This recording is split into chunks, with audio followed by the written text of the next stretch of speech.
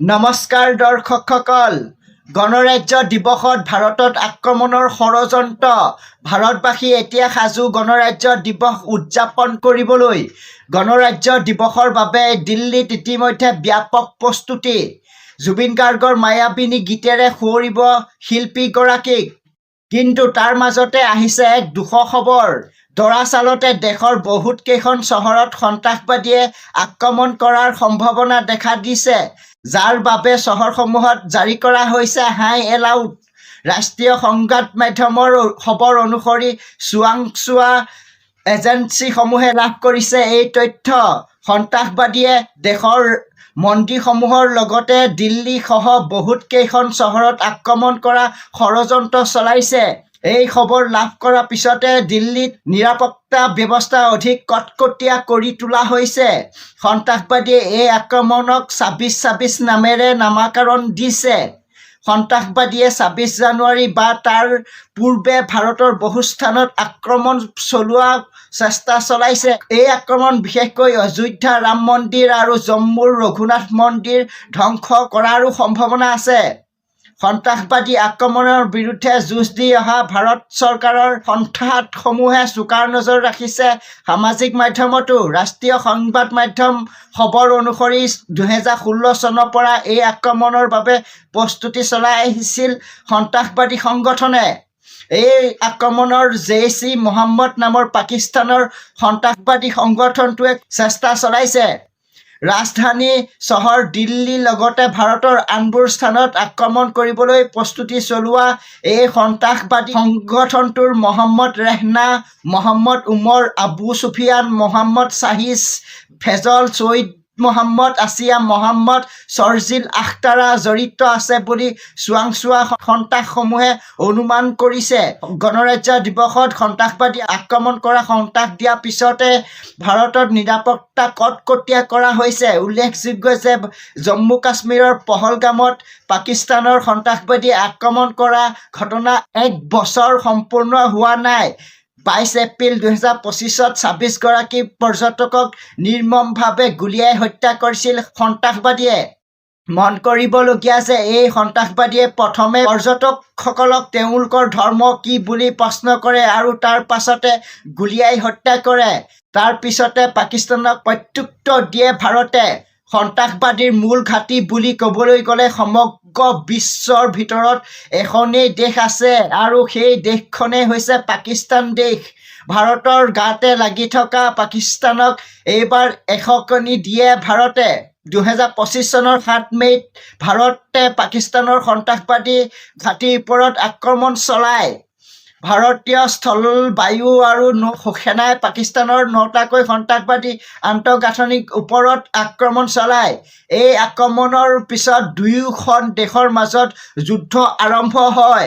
প্ৰায় ৫ দিনৰ বাবে ভাৰতে পাকিস্তানৰ সন্ত্ৰাসবাদী ঘাটি আক্ৰমণ কৰাৰ পাছত অৱশেষত যুদ্ধবিৰতি ঘোষণা কৰা হয় দুয়োখন দেশৰ মাজতে। আৰু তাৰ প্ৰতি দৃষ্টি ৰাখিয়েই অসমত ৰেচন কাৰ্ড হিতাধিকাৰীসকলক ৩ মাহ ৰেচন একেলগে দিয়া হৈছিল। কিন্তু পাকিস্তানৰ বিৰুদ্ধে প্ৰায় ৫ দিনৰ বাবে ভাৰতে চলাইছিল অপাৰেশ্যন সিন্ধু। প্ৰধানমন্ত্ৰী নৰেন্দ্ৰ মোদীয়ে এই যুদ্ধবিৰতিৰ পাছত কয় যে এইখন নতুন ভাৰত, গতিকে আমাৰ মাতৃভূমিৰ ওপৰত যিয়ে বেয়া দৃষ্টি দিব আৰু তাৰ বিৰুদ্ধে কঠোৰ ব্যৱস্থা লোৱা হ'ব। ভাৰতৰ ওপৰত কৰা আক্ৰমণ আৰু সহ্য কৰা নহ'ব। মন কৰিবলগীয়া যে ভাৰত বৰ্তমান সমগ্ৰ বিশ্বৰ দৃষ্টিত আছে। অতি শক্তিশালী আৰু তীব্ৰ গতি সকলো দিশতে আগবাঢ়িছে ভাৰত। বৰ্তমান ভাৰতৰ আন্তঃৰাষ্ট্ৰীয় ৰাজনৈতিক ক্ষেত্ৰত এক গুৰুত্বৰ নাম। কিন্তু পূৰ্বৰে পৰা ভাৰতক শত্ৰু জ্ঞান কৰি অহা পাকিস্তানে ভাৰতৰ উন্নতি হয়তো হজম কৰিব পৰা নাই। ইফালে পাকিস্তানৰ সন্ত্ৰাসবাদীয়ে পহলগামত আক্ৰমণ কৰাৰ পাছতে বাংলাদেশে অভিসিন্ধু ৰচিছিল। ভাৰতৰ উত্তৰ পূৰ্বাঞ্চলৰ ৰাজ্যকেইখনক দখল কৰা আৰু বাংলাদেশৰ অন্তৱৰ্তীকালীন চৰকাৰ মুৰব্বী মহম্মদ ইউনুছৰ অতিকৈ ঘনিষ্ঠ তথা অৱসৰপ্ৰাপ্ত মেনেজাৰ ALM ফজলুৰ ৰহমানে অভিযোগ ৰচিছিল যে চীনৰ সৈতে মিলি উত্তৰ-পূব ভাৰতৰ 7খন ৰাজ্যক আক্ৰমণ কৰি দখল কৰাৰো ভাৰতৰ চিকেন নেকৰ কথা উল্লেখ কৰি বাংলাদেশৰ তৰফৰ পৰা কোৱা হৈছিল যে যদি ভাৰতে পাকিস্তানৰ ওপৰত আক্ৰমণ কৰে তেন্তে আমি উত্তৰ-পূব 7 ভনীৰ ওপৰত আক্ৰমণ কৰিম। মুখেৰে চিঞৰি থকা বাংলাদেশে আজিলৈকে এই সন্দৰ্ভত কেৱল নতুন মানচিত্ৰহে নিৰ্মাণ কৰিছে যদিও ভাৰতে আগন্তুক সময়ত যিকোনো পৰিস্থিতিৰ বাবে সাজু হৈ থকাটো উচিত। চৌৰবী পাকিস্তানৰ সন্ত্ৰাসবাদীয়ে এইবাৰ গণৰাজ্য দিৱসত যদি ভাৰতত আক্ৰমণ কৰে তেন্তে দুয়োখন দেশৰ মাজত পুনৰ যুদ্ধ আৰম্ভ হোৱাৰ সম্ভাৱনা। কিন্তু তাৰ মাজতে বাংলাদেশে উত্তৰ পূৰ্বাঞ্চলত আক্ৰমণ কৰিব পাৰে। গতিকে দেশৰ নিৰাপত্তাৰ দিশত অতিকৈ চিন্তনীয় বিষয়। দ্বিতীয়টো খবৰ, ৰিজাউল কৰিমৰ বাৰ্তা গৌৰৱ গগৈয়ে আগুৱাই নিছে।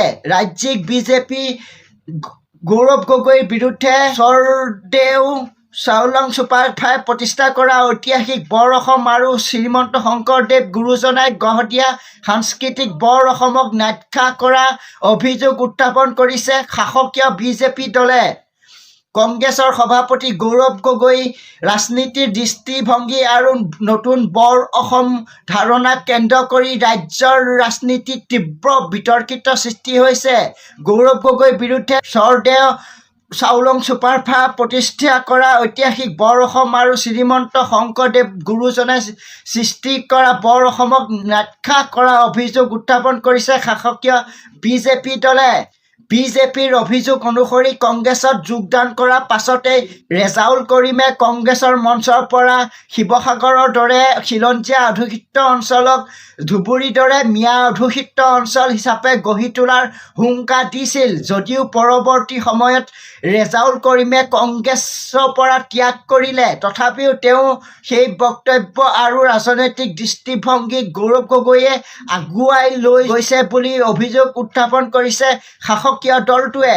বিজেপিৰ মুখ্য কাৰ্যালয়ত আয়োজিত এক সংবাদমেলত দলটোৰ মুখপাত্ৰ জয়ন্ত গোস্বামীয়ে সদৰি কৰে যে স্বৰদেউ চাওলুং চুকাফাই অসমৰ বিভিন্ন জাতি জনগোষ্ঠীক একত্ৰিত কৰি এক শক্তিশালী ৰাজ্য প্ৰতিষ্ঠা কৰিছিল আৰু মোগল শক্তিক অসমৰ পৰা দূৰলৈ খেদি পঠিয়াইছিল।